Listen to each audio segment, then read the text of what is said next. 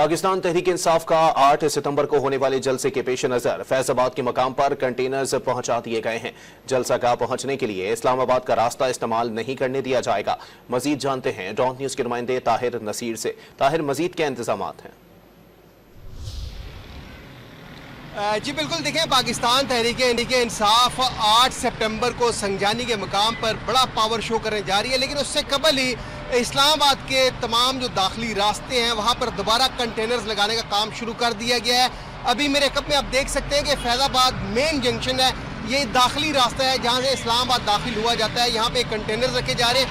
गो के हुकूमत की जानिब से, ज़िला इंतज़ामिया की जानिब से पाकिस्तान तहरीक इंसाफ को NOC भी जारी किया गया, लेकिन ये वो मकाम है कि ये जलसे का रूट नहीं है। जो जलसे का रूट बताया गया कि अगर इस्लामाबाद के जो रिहायशी हैं वो मारगला रोड और ईरान रोड से जलसे के मकाम तक पहुंचेंगे, जो रावलपिंडी के रिहायशी हैं वो रवात के जरिए GT रोड अपनाते हुए वो संजानी के मकाम पर पहुंचेंगे। इस तरह अगर दूसरे शहरों की बात करें तो वहाँ पे भी मोटर वे के जरिए वो संजानी के मकाम पर पहुंचेंगे। लेकिन इस वक्त इस्लामाबाद के तमाम दाखिली रास्तों की सूरत हाल ये है कि कंटेनर्स दोबारा रखे जा रहे हैं और यहाँ पे बताया ये जा रहा है कि 8 सितंबर को, क्योंकि पाकिस्तान तहरीक इंसाफ जलसा करने जा रही है, तो उससे कबल ये वो मकाम होगा कि यहाँ पे किसी भी जो कारकुन है उसको दाखिले की इजाज़त नहीं होगी, क्योंकि हुकूमत के साथ, ज़िला इंतज़ामिया के साथ जो NOC में शराइत रखी गई हैं उन शराइत के मुताबिक ये रास्ता नहीं होगा। जिन लोगों ने, जिन कारकुनान ने जलसागाह में जाना है तो वो मरगला रोड या रवात चौक की साइड से, मोटरवे की चौक की साइड से